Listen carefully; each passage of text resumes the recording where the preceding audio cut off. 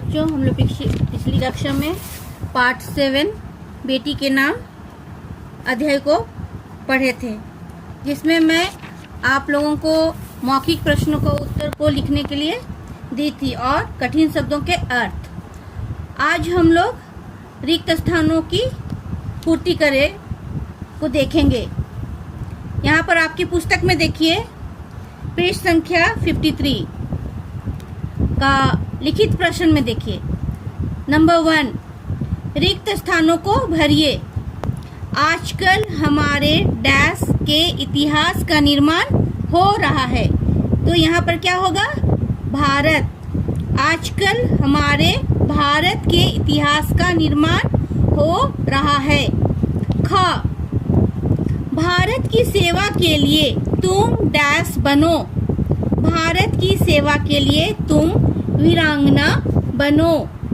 ग, जन्मदिन पर तुम्हें कई डैश मिलते रहे हैं। जन्मदिन पर तुम्हें कई उपहार मिलते रहे हैं। घ, एक महान डैश हमारे सामने है। एक महान उद्देश्य हमारे सामने है। अंगा, मेरी डैश सदा तुम्हारे साथ रहेगी। मेरी शुभकामनाएं सदा तुम्हारे साथ रहेगी। च, साधारण पुरुष वीर बन जाते हैं और स्त्रियां डैश। साधारण पुरुष वीर बन जाते हैं और स्त्रियां वीरांगनाएं। अब हम लोग 2 नंबर का उत्तर लिखिए प्रश्न को देखेंगे। क नंबर प्रश्न है, बापूजी ने किसके लिए आंदोलन छेड़ा था? आप लोग इस प्रश्न का उत्तर अपनी पुस्तक से की सहायता से भी लिख सकते हैं। पृष्ठ संख्या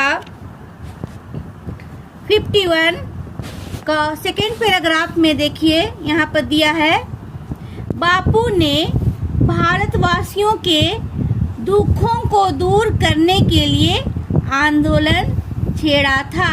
आप लोग यहाँ से देख करके लिख सकते हैं। ख क्वेश्चन, साधारण स्त्रियां वीरांगनाएं कब बन जाती है? साधारण स्त्रियां वीरांगनाएं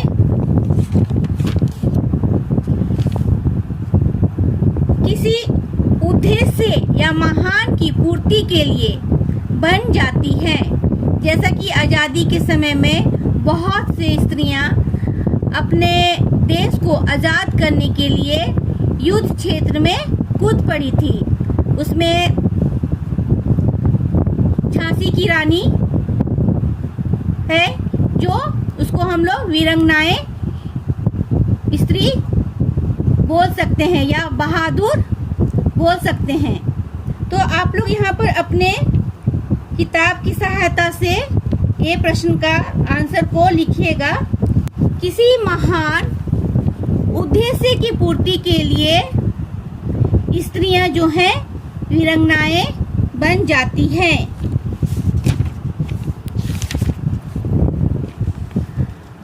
ग नंबर, हमारे भारत के इतिहास का निर्माण हो रहा था कैसे?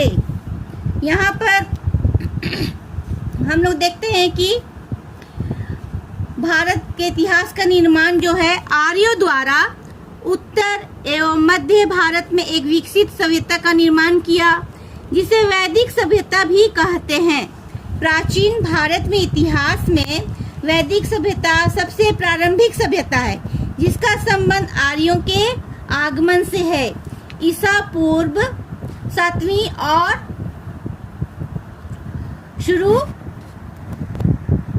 आई 6वीं सदी में जैन और बौद्ध धर्म के संप्रदाय लोकप्रिय हुए। यहाँ पर हम लोग ऐसे भी लिख सकते हैं कि 20वीं सदी में महात्मा गांधी ने लाखों लोगों का नेतृत्व किया और सन 1947 में स्वतंत्रता हेतु एक अहिंसक सविनय अवज्ञा आंदोलन चलाया। 26 जनवरी 1950 ईस्वी को भारत का एक गणराज्य बना। आज़ादी के समय भारत का विभाजन हुआ, जिससे पाकिस्तान का जन्म हुआ। तो आप लोग अपनी पुस्तक की सहायता से यहाँ पर लिखिएगा। देखिए यहाँ पर दी गई है, आजकल हमारे भारत के इतिहास का निर्माण हो रहा है। बापू ने भारतवासियों के दुखों को दूर करने के लिए आंदोलन छेड़ा है।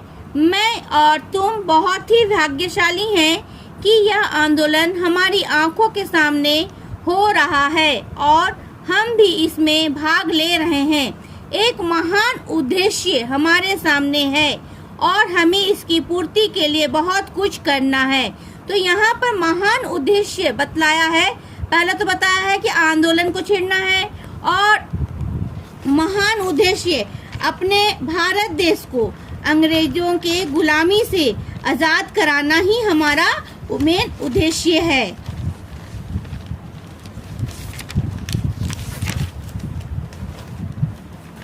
घर नंबर क्वेश्चन को देखेंगे। किसी काम को दूसरों से छिपाने की इच्छा कब होती है? पृष्ठ संख्या 51 में ही आपका लास्ट पैराग्राफ में देखिए दिया हुआ है कि किसी बात को छिपाने की इच्छा तब होती है जब कोई गलत काम किया जा रहा हो। लेखक ने अपनी बेटी को बहादुर बनने की सलाह क्यों दी थी? लेखक ने अपनी बेटी को बहादुर बनने की सलाह इसलिए दी थी।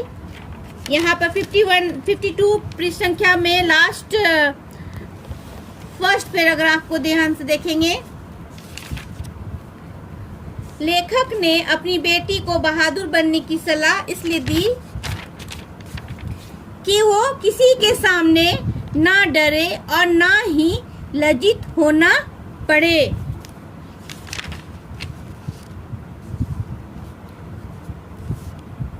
यहाँ पर भाषा बोध में आ लगाकर इन शब्दों को विपरीत अर्थ बनाइए लिखा हुआ है। इसमें आप लोग इसको बना लीजिएगा। जैसे यहाँ पर साधारण, असाधारण, निश्चय, अनिश्चय, शुभ, अशुभ, योग्य, अयोग्य, प्रकाशित, प्रकाशित, अप्रकाशित। और इधर भी दिया कुछ प्रश्न दी गई है, इसको भी आप लोग अपने से बना लीजिएगा।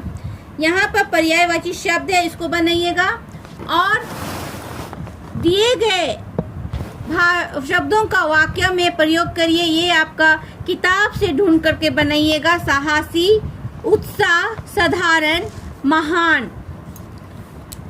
इन शब्दों के विलोम रूप को मिलान कीजिए। इसका सब विलोम रूप को मिलान करना है। जैसे कि यहाँ पर देखिए हानि है तो हानि का क्या होगा? लाभ है। सरल, कठिन, बहादुर, कायर, स्वतंत्रता, परतंत्रता, निश्चय, अनिश्चय, उजाला, अंधेरा। ये प्रश्न को छोड़ दीजिएगा, इसको मैं बाद में बतलाऊंगी। और रेखांकित सर्वनाम, रेखांकित सर्वनामों से वाक्य बनाइए। जन्मदिन पर तुम्हें कई उपहार मिलते हैं। जैसे कि यहाँ पर तुम्हें, मेरी और हमारी, इससे आप वाक्य बनाएंगे। ये आपका होमवर्क है। आप लोग सभी को इस होमवर्क को अपनी हिंदी कॉपी में बना लेंगे। और यहाँ पर देखिए गांधी जी जिनका निर्माण इस पत्र में आया है के बारे में लिखें। तो आप लोग ज़्यादा नहीं, हिंदी व्याकरण कॉपी में गांधी जी के विषय में 10 पंक्ति या 10 पॉइंट नंबर दे करके 1, 2, 3, 4 ऐसे पॉइंट दे करके आप लोग 10 पंक्ति लिखेंगे। और नेक्स्ट लेसन है लेसन पार्ट 8 पृष्ठ संख्या 57 श्रम का मोल। ये आप लोग उच्चारण के साथ इस अध्याय को पढ़ेंगे। नेक्स्ट क्लास में हम लोग श्रम का मोल पढ़ेंगे।